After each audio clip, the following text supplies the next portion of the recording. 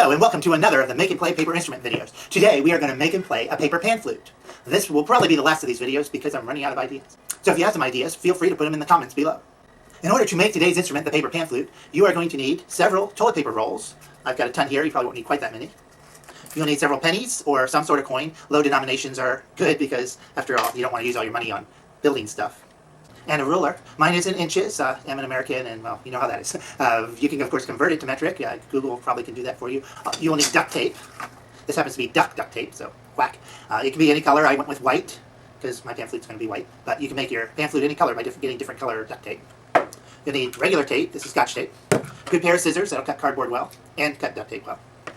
And some sort of dowel rod. This is a 3/4 inch. This is actually a bamboo flute, but I'm using it as a dowel rod here. 3/4 inches. We're going to be using this for making our pipes. So you can get something like this at an arts and crafts store, not the flute, but an actual dowel rod of 3/4 inches.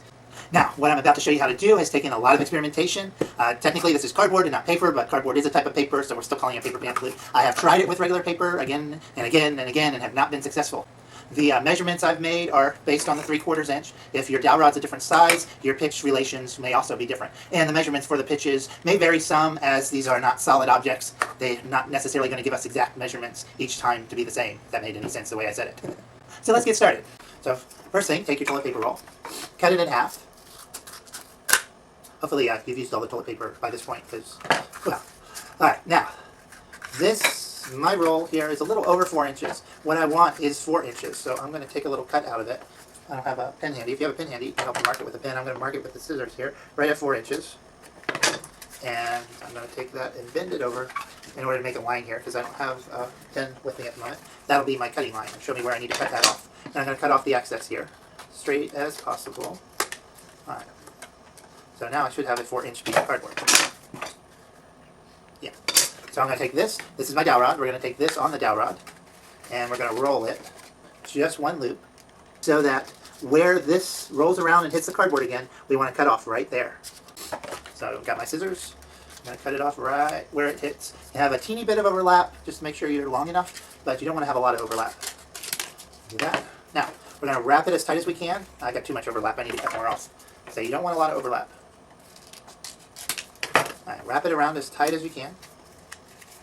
Try to keep it straight across as much as possible. You're going to use your Scotch tape to seal it into place. Nice tight wrap. Need to go down to the table there. Make sure your ends are sealed. Might take a little pressure. Right, get that tightly wrapped down that side. Get some tape and tightly wrap the other side. This tape does not stick well. I bought cheap tape. All right. There we go. And I'm going to put one in the middle to fully secure it flat. Alright, now I'm going to pull it off my rod for a moment. My cut wasn't straight earlier, so I've got some sticking up here. You can see I have right here a little sticking up, so that's because my cut wasn't straight. I'm going to go ahead and cut that flat there. This is my remote control. See me grabbing that. Okay, now I'm going to take another piece of Scotch tape, put that back on camera, and right where the seam is, I'm going to put a little bit on the outside here, and then I'm going to work this down the inside of the tube so it's flat, trying to get it down the seam. We're trying to flatten out the seam here. Going to do that on both sides. Oh, right, the seam's right here. I'm putting the tape right on the seam and pushing it down the inside of the tube to try and flatten the seam and seal the seam on the inside as best possible. Alright, now, got that done. I'm going to pop this back onto my rod and push it all the way in to the end and just leave a little space here because we're going to take our coin, in my case a penny, and we're going to put it right here. If it fits in the hole, you can plop it in the hole right at the end. If not, it can just sit on the outside of the hole. This almost fits the hole. Not quite, I guess. I can get it in there now. Alright, and then take some tape and secure it in place. Oops. As I said, this cheap tape, it doesn't stick that well, especially to cardboard. Alright, so you want your coin right at the end here. Alright, now it's time for duct tape. We want a little square of duct tape, duct tape. This actually is Duck brand, so it says D-U-C-K on it instead of D-U-C-T. It's Duck brand duct tape. Alright, we're going to stick that right on the end of our rod there. You see, right on the end. I'm going to fold down one side, just like that. Fold down the opposite side. So now we should have two sides sticking up. Take my scissors. And I'm going to cut halfway through that one, flip it around, cut halfway through that one. And then one at a time where I cut, I want to pull down the tab and tape it on. Like that. That'll keep it from bunching up. And on this side, pull it down and pull the last piece down. So now we have the end duct taped. Now we need a longer piece of duct tape, long enough to go around the tube. It's sticking to itself. Work with me. Alright. And we're going to place it up to the edge and wrap it around nice and tightly. So we have that bottom piece duct tape. Now we're going to keep doing that until we have duct tape over the whole cardboard section. So again, wrap it around. It's okay for the duct tapes to overlap. Keep it nice and tight. And one more should do it. You want to get it right up to the edge here at the top. As close to the edge as you can. Nice and tight. Alright, then we're ready to pull it off. Popping noise is a good sound. That means it's got a nice seal to it. Let's see what happens when we try to blow it.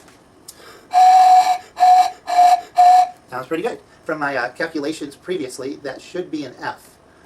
And I didn't bring my tuner out to check them. It should be an F according to my previous calculations at 4 inches. Now we need to make more tubes.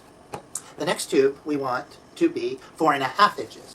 I'm going to get a fresh roll. You can use leftovers of a previous roll. Cut it in half. Okay, we're looking for 4.5 inches. We have in this about 4 1/4. So we're going to take that 4 1/4 to start with, roll it on our dowel rod, cut off the extra, just one so the cardboard meets, and grab our Scotch tape and seal it closed. Pull it nice and tight, make sure everything's even. Alright, so there's our tube, but that's only 4 1/4. So we need to add a half to it. I think there's enough here to wrap around, yeah. I'm going to take another piece, some leftover, and I'm going to take, actually we only need to add a 1/4 because half is what we're going for. So I'm going to take this 1/4, you grab a pen, I'm going to mark out on here how much is a 1/4. I'm going to mark it out and make a line across to mark where a 1/4 is. It's not going to be much, a 1/4 is a small amount. And if I have a little trouble because it's curved, a 1/4 is about right here. That was, you can tell it's not a straight line, let me try again. So basically it's not perfect, but I have a line across to indicate where to cut off a 1/4. Now you take that little piece and wrap it around, cut off the extra, and take some Scotch tape. And since it's so small, I'm going to go ahead, as I tape it, and go ahead and tape it right onto the other tube as I tighten it around. Okay. So now we've just extended the tube. It should be about 4 1/2. Looks good. About 4 1/2. I don't know if you could read the numbers from there, but oh well.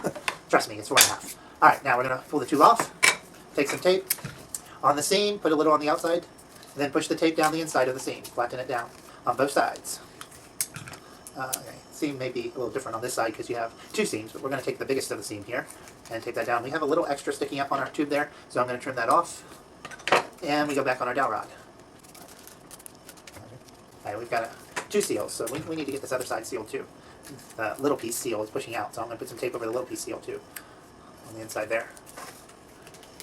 Alright, now we're ready to put our coin on. Get your coin in place and put some tape over it. Alright, now it's time for the Wackies. Take your duct tape, cut a square off, stick the square on the end, push one side down, push the other side down. Put a cut down the middle of the side sticking up, and then push one of those sides down, push the other down. Push one side down, push the other down. So we have a nice seal there. Now wrap your duct tape around your tube. And you want to get all the way up to the edge. And you want to wrap it tightly. And just keep wrapping until the whole tube is covered.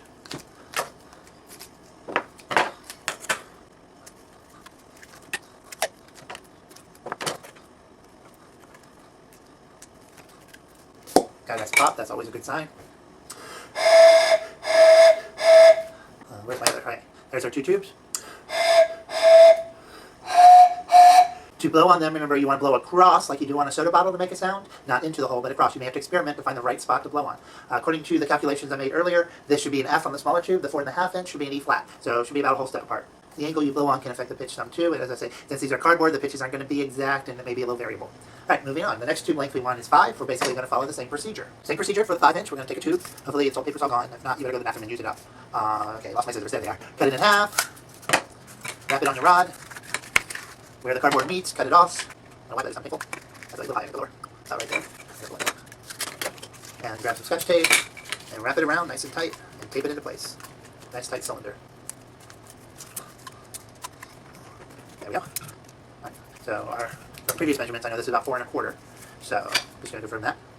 Yep, 4 1/4. So to get to 5, I need 3/4 more. I'm going to take my extra piece of card here. Measure out 3/4 of an inch. How well did you pay attention in school? You know your fractions and where they are on a ruler? 3/4 of an inch. Just in case you don't. Hopefully you do. Just in case you don't. We'll give you a let's see. Right. Let me just show you on the ruler. Alright. So we of course know one's here. I can see well enough from here. Our half mark is here. 1/4 is this line right here. And 3/4 is going to be this line right here. Hold my pin there. 3/4. That's the line we're working with. It's hard for me to see from here. I'm trying to make sure I'm pointing to the right spot. That's the line, that's the 3/4 marks. So you see that the bigger line here is the half point, and then there's two slightly smaller lines. Those are your 1/4, 1/4, and 3/4 marks. Alright, now I finish marking this so I can cut it all across. I can see I've marked that with a line so I know where to cut. Wrap it around, cut off the extra, get a piece of tape, and since the tape is about that wide, I'm just going to go ahead and tape it by itself at first. The tape happens to be 3/4 of an inch wide, so it's the same size as my tube. Did that on tight. Okay, so now I actually have two tubes on there. So now I'm going to tape those two pieces together. Go ahead for simplicity, lining up the seams this time so I can cover the seams all at once. So now I got the seams in line. I don't know if you can actually see that, but just trust me, the seams are in line. Alright, I'm going to put some tape over that. Now we go pull it off. Tape's not holding well. Put some tape on the edge of the seam and push it inside to cover the seam. Do the same thing on the other side. Tape on the edge of where the seam is. Push the tape inside flat across the seam. Now make sure there's no tape sticking up on the inside. That could affect it from working. Peekaboo. Okay, needs to fit. Now put it back on your rod. Not always that easy to do. There we go. Okay, back on the rod. Get our coin. Don't eat your coin. Set it on the end and put some tape over it. Tape is not cooperating. Just fell over. All right. Tape it on there. Coin is secured. Now wacky tape. Yeah, I know. That's stupid. Duct tape. All right. Put it over the end. Push one side down. Push the other down. Cut down the center of what's left. And then fold half and fold half. Fold half and fold half. And it's sealed. Now wrap everything in duct tape.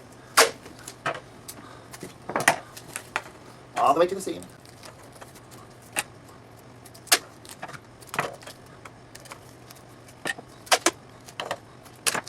And all the way to the edge.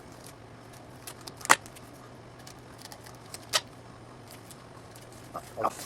Made a nice pop. Is that always a good sign? Alright, now we've got 3 tubes, each a half-inch difference.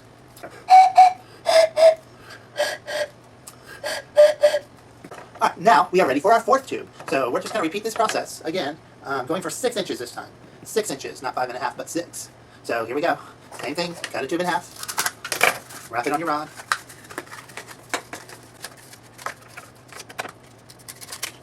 Tape it on.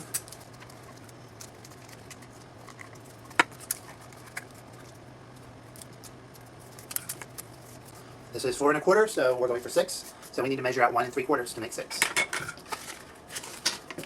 And mark that on here. 1 3/4.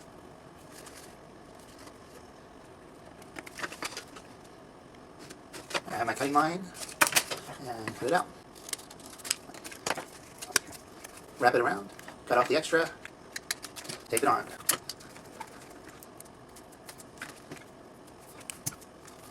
And line up your seals and attach it to the instrument. Tape it to the rest of the cardboard, in other words. Pull it off, tape down your seals, the outside to the inside. Both sides. Seals are covered. Put it back on. Add a coin. Oops. Add a coin. Tape it in. On, let's see. Duct tape, quack quack. Cut the ends. All over. And then duct tape everything else.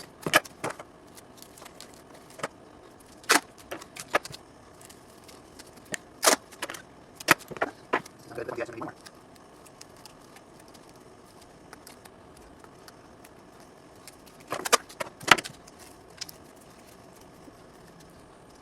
Pull it off and pop. It's not a good sign.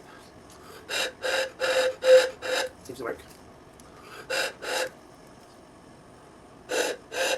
Feeling some air right here. I'm going to go ahead and put some more duct tape on the bottom. Feel air leaking.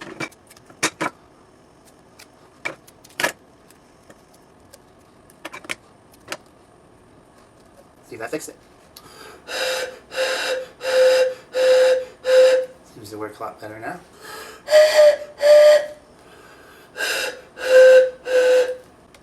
Now we have 4. We're going to make one more. This one we're going for 7 inches. 7. Alright, 7 inches. So we've been through this several times, so I'm not going to talk my way through this. I'm just going to quickly put this last one together in the same way we put the others together.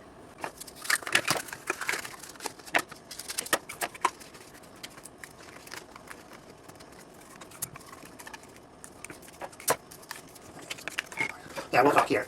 We need 7 inches. We have 4 1/4. So we're going to need 2 3/4 more inches.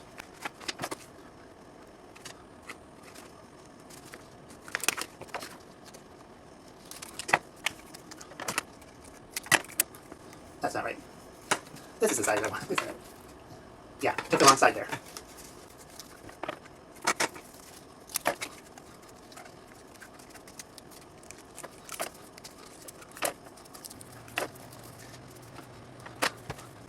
Lining up seams, hoping you can see that there.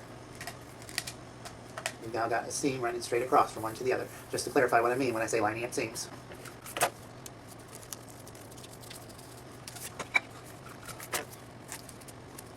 And we'll focus. Also to clarify, the taping in the seams, I don't think you can see it on the camera, but the seam on the outside is right here, slightly over on the inside. Did that just unzoom? I think it did. Weird. Okay, so there's the seam on the inside. We're going to put the tape inside and go over that seam. Can't see anything, right? Finger almost got stuck. Alright, so it should be flat inside. Same thing on the other side. So back on the dowel rod. Point. There you go.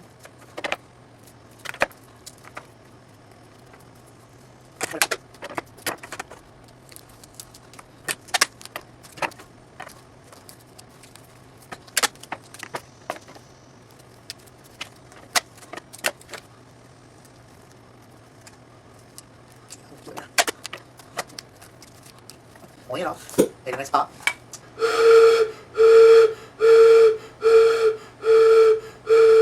And there's our tube, which should be a B flat. Now, the last step is to take our 5 tubes and connect them together. Well, take them right. We want the holes to line up flat at the top so that we can blow in them. If they were like this, it'd be hard to get from one to the other. Now, first of all, I'm just going to take 1 tube at a time. I'm going to put some Scotch tape just to hold it in place.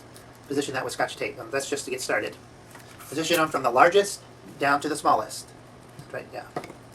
Put some Scotch tape, just secure it in place. That's not what's going to hold it in the final, it's just to get started. And next is that one, largest to smallest. Now ideally, probably should have checked to see which way blows best on each tube before attaching it. You may test them before. I really want it to be in the way that's going to work best. This seems to be the best spot, so I'm going to place that there.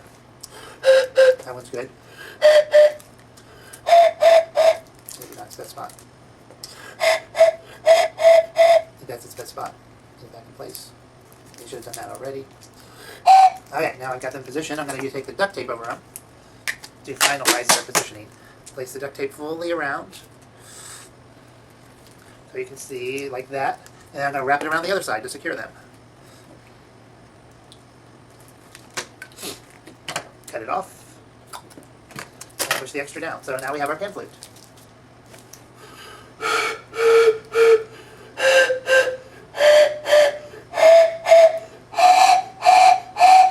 Pitches aren't perfect because they are cardboard and there's variables, lots of variables that are going to alter the pitch, but you can play around with it. And as with all these paper instruments, it may take some practice, some experimenting and practice before you can get them to work well. And because they are paper and cardboard, after using them a while, they will get a little soggy and you may have to let them dry before they'll work again.